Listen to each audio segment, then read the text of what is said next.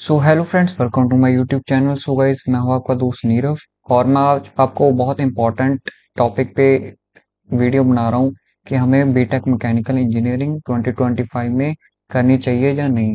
ज़्यादा लंबी वीडियो नहीं बनाऊंगा, मोस्ट इंपॉर्टेंट टॉपिक्स आपको बताऊंगा with the help of presentation PPT. So आज मैं आपको बताऊंगा कि हमें बीटेक मैकेनिकल इंजीनियरिंग 2025 में लेनी चाहिए या नहीं। सो let's open the presentation.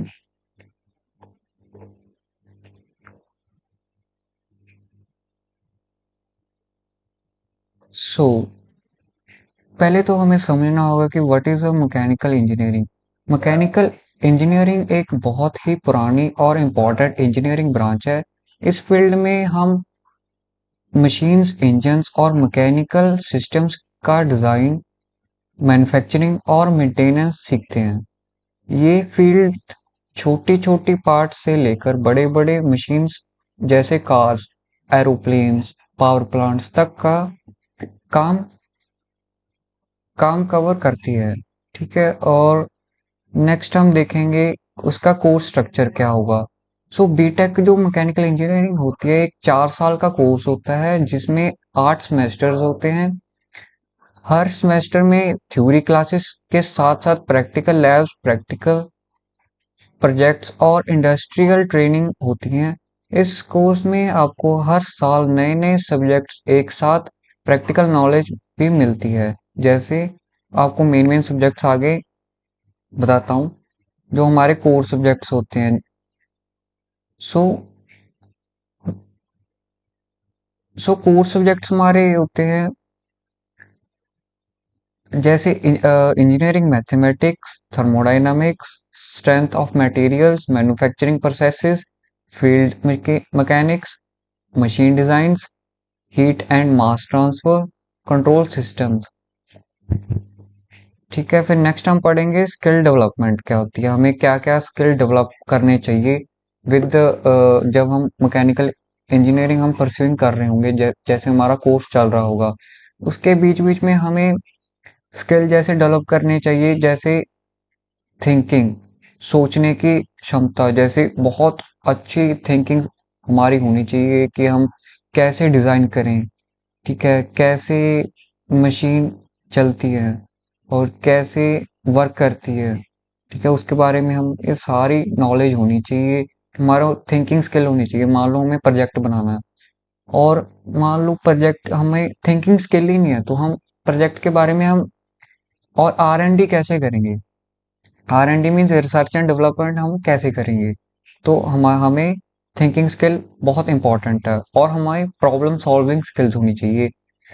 और कि हम मान लो कोई टेक्निकल इशू आ गया तो आप इसको कैसे सॉल्व करोगे। ठीक है, और हमें computer aided design most important for design engineers जो मैकेनिकल इंजीनियरिंग में डिजाइन में जाते हैं, डिजाइन फील्ड में जाते हैं, तो उनको कंप्यूटर एडेड डिजाइन इन 2025 मोस्ट इम्पॉर्टेंट आना चाहिए। ठीक है, जैसे कि सॉलिड वर्क्स 3D में होता है और ऑटो कैड, कैटिया वगैरह एक्सेट्रा आप सीख सकते हैं। ठीक है, और टीम टीम वर्क आपको मोस्ट इम्पोर्टेंट है कि आपको team work and project management में आपको बहुत अच्छी पकड़ बनानी पड़ेगी कि आपको टीम वर्क करना जरूरी है। मान लो आप फाइनल ईयर में प्रोजेक्ट बना रहे हो और उसमें आपका टीम वर्क ही नहीं है, तो आप अच्छे से प्रोजेक्ट कैसे बना पाओगे, है ना। सो नेक्स्ट है हमारा प्रैक्टिकल एक्सपोजर। ठीक है, इस कोर्स में आप इंडस्ट्रियल विजिट्स करोगे। ठीक है, आपको वर्कशॉप्स करनी पड़ेंगी और इंटर्नशिप्स का चांस भी मिलेगा आपको कि आपको इंटर्नशिप्स मिलेंगी अलग अलग कंपनियों में, आप इंटर्नशिप करोगे तो आपको बहुत अच्छी स्किल्स मिलेंगी। ठीक है, फाइनल ईयर में आप एक मेजर प्रोजेक्ट बनाएंगे। ठीक है, और इंडस्ट्रियल ट्रेनिंग होती है और उस बेस पे आपको इंडस्ट्रियल ट्रेनिंग भी होती है। ठीक है, जैसे आपको इंडस्ट्री के रियल एक्सपीरियंस मिलेंगे, आपको रियल एक्सपीरियंस मिलेंगे। ठीक है, फिर हम पढ़ आगे देखते हैं कि आपको स्पेशलाइजेशंस क्या लेनी चाहिए और मतलब मैकेनिकल इंजीनियर के और सब ब्रांचेस क्या क्या है।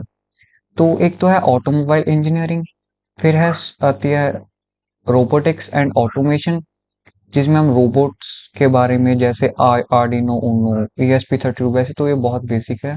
इसके इसके बारे में आईसी चिप्स होती हैं, इसके बारे में आपको सेंसर्स होते हैं, और इसको इसके बारे में आपको पढ़ाएंगे। ऑटोमोबाइल इंजीनियरिंग में आपको डिजाइन होगी, ठीक है, एरोडायनामिक्स के बारे में, और भी बहुत मटेरियल स्ट्रेंथ क्या क्या होती है ऑटोमोबाइल इंजीनियरिंग में, आपको ये सिखाएंगे।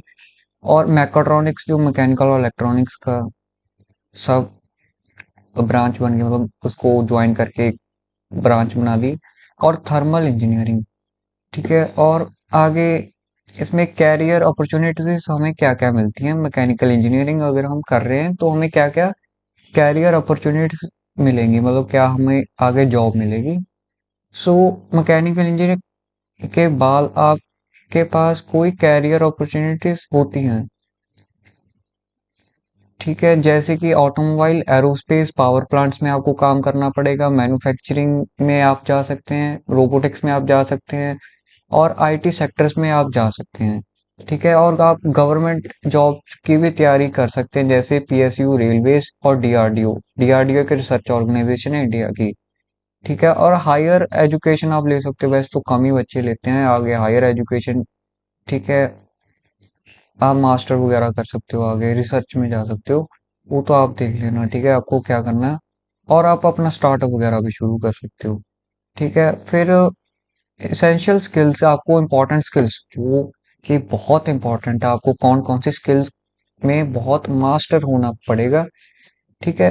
जैसे कि फिजिक्स एंड मैथ्स आपकी बहुत स्ट्रांग होनी चाहिए, क्योंकि ये मैकेनिकल इंजीनियरिंग में ज्यादातर डेरिवेशंस वगैरह आती हैं, और उसमें कैलकुलेशंस आती हैं। मैथ्स में मैं बता देता हूँ आपको, इंटीग्रेशन मोस्ट इंपॉर्टेंट है, और डेरिवेशन आपको आनी चाहिए, ठीक है। और आपको अच्छी कम्युनिकेशन स्किल होनी चाहिए, और टीम वर्क आप में होना चाहिए। मान लो भी आप अपना फाइनल ईयर में प्रोजेक्ट बनाते हो, और उसके बाद आपका इंटरव्यू होता है कंपनी के द्वारा, मान लो आपका प्रोजेक्ट सिलेक्ट हो गया, तो आपकी कम्युनिकेशन स्किल नहीं है, आप उसके साथ बात ही नहीं कर पा रहे, है ना। तो आपका सिलेक्शन कैसे होगा, आपकी प्लेसमेंट कैसे होगी, जहाँ आप अच्छी कंपनी में के लिए प्रिपेयर कर रहे हो, तो आप कैसे जा पाओगे, ठीक है। और आपका ऑटो कैड वगैरह, ऑटो कैड, सॉलिड वर्क्स जैसे सॉफ्टवेयर में आपको बहुत अच्छी नॉलेज होनी चाहिए, और नई नई टेक्नोलॉजी के साथ अपडेट होना चाहिए भाई।